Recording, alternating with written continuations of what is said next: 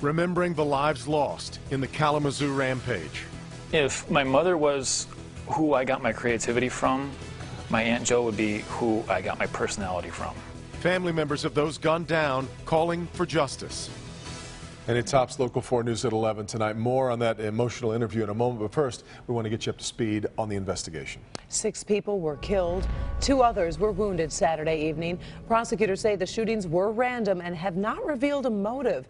Earlier today, James Dalton appeared in court to face 16 charges, and he was denied bond. Tonight, the families are remembering the lives lost on Saturday night. Our Lauren Podell talked to the families of Mary Lou Nye and Mary Jo Nye, and she joins us now live tonight. Lauren? Devin and Karen, Saturday night was supposed to be a night of fun for Mary Jo and Mary Lou, sisters-in-law, out in the town in Kalamazoo going to see a play in the downtown area with friends, then dinner at Cracker Barrel.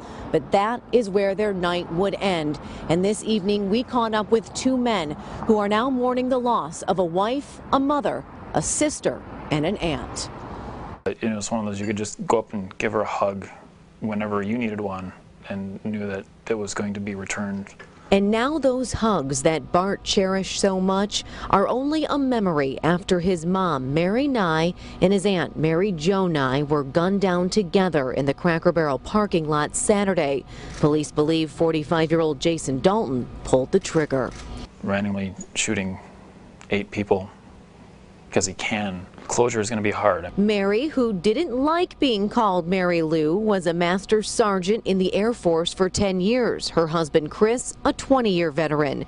She was a master at knitting, too, a box full of her scarves still in the living room. But mostly, Mary just knew how to love, and that's what her husband of 40 years will miss most. We bought the love seat so we could sit next to each other and snuggle. Chris was waiting up for Mary to come home from the restaurant Saturday. It didn't matter where she went. Before she left, she called, so I knew she was en route. Well, she didn't call. After that, he saw the news of the shootings online. He realized he may not get that call. I basically just sat here and waited for somebody to come and officially tell me. And now a father and son are left to take care of each other because the women who normally would were taken from them. It's one of those, the hardest thing about this right now is that the perfect person to help my dad through this died next to my mom.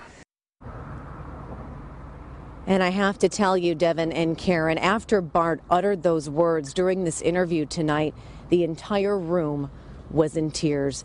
Simply emotional. You feel for this family. As for Bart's aunt, Mary Jo, she was a beloved teacher at Battle Creek Schools and was engaged to be married this year. Chris and Mary Lou, they just celebrated their 40th wedding anniversary in December and had trips to go camping planned later this summer. And instead, they'll be planning both of their funerals. Reporting live from Kalamazoo this evening, Lauren Podell, Local 4. All right, very, very heartbreaking. We appreciate it, Lauren. Thank you.